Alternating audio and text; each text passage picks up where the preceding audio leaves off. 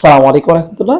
আচ্ছা, আমাকে প্রচুর প্রশ্ন আসতেছে যে স্যার আমাদের অনিচ্ছা সত্ত্বেও যে আমাদের বেবি কনসেপ্ট হয়ে যায়, তো সেক্ষেত্রে বিকল্প প্রসেস কি, অর্থাৎ আমরা বেবি কনসেপ্ট হওয়ার পরে কিভাবে এই জিনিসটাকে আমরা করতে পারি, নষ্ট করে ফেলতে পারি। সেক্ষেত্রে যে আমরা এমএম কিট গ্রহণ করি, অর্থাৎ স্বাভাবিক অবস্থায় বেবি যদি আপনার কনসেপ্ট হয়, তো 72 ঘন্টার মধ্যে আপনি যদি মেডিসিন গ্রহণ করেন, অর্থাৎ যে কোনো ধরনের বিশেষ করে এমকন বা নরিক্স, তাহলে আপনার বেবিটার কনসেপ্ট হবে না, ঠিক আছে। আর তারপরেও যদি আপনি চিন্তা ভাবনা করেন যে না 8 দিন 10 দিন বা 15 দিন হয়ে গেছে, আপনি জানেনই না বা বুঝতেই পারেন নাই, সো সেক্ষেত্রে আপনার জন্য এমএম কিট আপনারা গ্রহণ করে থাকেন, এবং এটা আসলে গ্রহণ করলে কতটুকু উপকারী ভূমিকা রাখে এবং কিভাবে ক্ষতিগ্রস্ততায় আমাদের সম্মুখীন হতে হয় সে সম্পর্কে আলোচনা করব।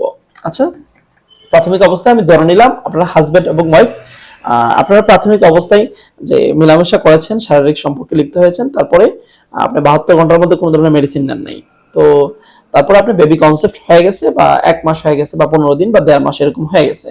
সো সেক্ষেত্রে আপনারা ডক্টর শরণাপন্ন হন। ডক্টর শরণাপন্ন হলে বেবিটা রাখতে চাচ্ছেন না, অর্থাৎ তখন ডক্টর আপনাদেরকে এমএম কিটের পরামর্শ দেয়। ডক্টর কিন্তু নিজে বলতেছেন আপনাকে যে আপনি বেবিটা রাখেন না, আপনারা নিজেরা বলতেছেন যে আমাদের হয়তো আপনাদের বেবি আছে আরেকজন, বা আপনাদের পারিবারিক কোনো কারণে বা নিজস্ব ব্যক্তি মতামত অনুযায়ী আপনি বেবিটাকে রাখতে চাচ্ছেন না, ঠিক আছে। সো কোনো ডক্টর সরাসরি কখনোই আপনাকে বলবে না যে আপনি বেবিটা রাখেন না, ঠিক আছে, কারণ একটা বেবি চলে যাবে এটা কিন্তু কোনো মানসিক গ্রহণযোগ্যতায় ভূমিকা রাখে না। তো আপনি আপনার নিজের মতামত অনুযায়ী বেবিটা রাখতে চাচ্ছেন না, সেক্ষেত্রে ডক্টর আপনাদেরকে এমএম কিট এই মেডিসিনটা দিয়ে থাকে ডক্টরের পরামর্শ অনুযায়ী। তো এই মেডিসিনটার সঠিক প্রসেসটা কি সেটা আলোচনা করব, এবং এটার সাইড ইফেক্টটা কি সেটা আলোচনা করব। তো ফার্স্ট অফ অল সেটার যে সাইড ইফেক্ট কি এবং এটা খেলে আসলে আপনি কি উপকৃত হন। এটা উপকৃত এটাই যে আপনি এটা খেলে আপনার বেবিটা নষ্ট হয়ে যাচ্ছে, এতটুকু হয়তো আপনার জন্য উপকার, কিন্তু সাইড ইফেক্টও আছে আপনার দেহের মধ্যে। এটা যখন আপনার পাকস্থলীতে বা এটা আপনার দেহে যাবে, তখন আপনার দেহের বেশ কিছু সাইড ইফেক্ট সৃষ্টি করবে, যেমন প্রচুর ব্লিডিং হবে। পরে এটা ব্লিডিংটা হয় মূলত বেবিটা নষ্ট করার জন্যই। সেকেন্ড যে প্রবলেমটা হবে, আপনার জরায়ুর উপর একটা ইফেক্ট ফেলবে, এবং পরবর্তী যে বেবিটা আপনার আসবে ওইটার উপর কিন্তু কিছুটা হলেও ইফেক্ট ফেলবে, ঠিক আছে। এবং আপনার দেহে অভ্যন্তরীণ বেশ কিছু প্রবলেম তো আপনার দেহে দেখাই দিবে, ঠিক আছে। কিন্তু উপকার মানেই আপনি জাস্ট আপনার জন্য আপনি একটু উপকৃত হলেন যে আপনার বেবিটা আপনি রাখতে চাচ্ছেন না, এটা আপনি নষ্ট করে ফেলছেন, ঠিক আছে। আর এটা যতটুকু সম্ভব এটা না গ্রহণ করাই ভালো। গ্রহণযোগ্য ভূমিকা হয়েছে আপনি যদি হাজব্যান্ড এবং ওয়াইফ হয়ে থাকেন, তাহলে ওয়াইফের উচিত যে নিয়মিত পিল গ্রহণ করা। বিশেষ করে নিয়মিত পিলের মধ্যে আপনি চাইলে ফেমিকন গ্রহণ করতে পারেন, বা ব্রিডিং আপনার বিশেষ করে নর্মাল গ্রহণ করতে পারেন, বা ইমকন ফেমিকন গ্রহণ করতে পারেন, বা মিনিকন। এগুলা কিন্তু রেগুলার যদি আপনি গ্রহণ করেন তাহলে তো কোনো প্রবলেম নেই, আপনি সবসময় শারীরিক সম্পর্কে লিপ্ত হতে পারেন। এরপরেও ইনকেস যদি আপনি বুঝতে পারেন যে না আপনার কি বেবি কনসেপ্ট হয়ে গেছে, তো সাথে সাথে আপনি আপনি যে নরিক্স 1 বা ইমকন এই রিলেটেড ইমার্জেন্সি পিলগুলো গ্রহণ করে ফেললেন, ঠিক আছে। তো এই বিষয়টা কিন্তু খুবই সচেতনতার সাথে খেয়াল রাখতে হবে এবং বুঝতে হবে, কারণ আমাদের শারীরিক বিষয় আমাদের নিজেদেরকে সচেতন থাকতে হবে। আমি যদি নিজে সচেতন থাকি তাহলে আমি ভালো থাকবো সব দিক দিয়ে, আল্লাহ তাআলা আমাদেরকে অনেক বেশি ভালো রাখবে। তো এমএম কিট যে পিলটা আপনারা দেখতেছেন, এই পিলটা খাওয়ার ক্ষেত্রে নিয়ম হয়েছে, আমি আপনাদেরকে খুলে দেখাচ্ছি। আর এটার দামটা বলে দিই, এটার দাম হচ্ছে 300 টাকা। দেখেন গায়ের মধ্যে রেট দেওয়া আছে 300 টাকা, ঠিক আছে। এর মধ্যে 5টা ট্যাবলেট থাকবে। কয়টা ট্যাবলেট থাকবে? 5টা, ঠিক আছে। এর মধ্যে দেখবেন সবার অগ্রভাগে, আমি তো প্যাকেটটা ছিঁড়তে চাচ্ছি না, ছিঁড়লে এটা আর সেল করা যাবে না।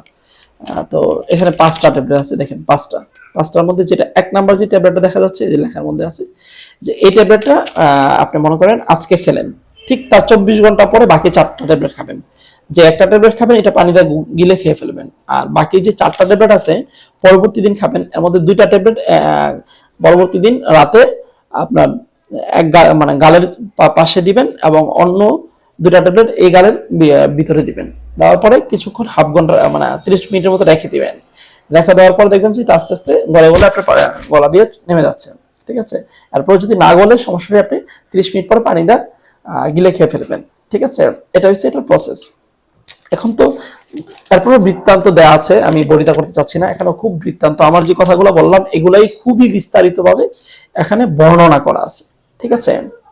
তো আপনাকে যে কাজটা করতে হবে, এটা যখন আপনি কন্টিনিউ গ্রহণ করবেন, সেই অবস্থায় আপনাকে পর্যাপ্ত পানি গ্রহণ করতে হবে, একটু ফলমূল গ্রহণ করতে হবে, এবং বেড রেস্টে থাকার চেষ্টা করতে হবে, যতটুকু সম্ভব রেস্টের মধ্যে থাকা, কোনো ধরনের কাজের মধ্যে লিপ্ত না হওয়া, বেড রেস্টের মধ্যে থাকা, তাহলে আপনার শরীর অনেক ভালো থাকবে, আপনি অনেক বেশি ভালো থাকবেন ইনশাআল্লাহ।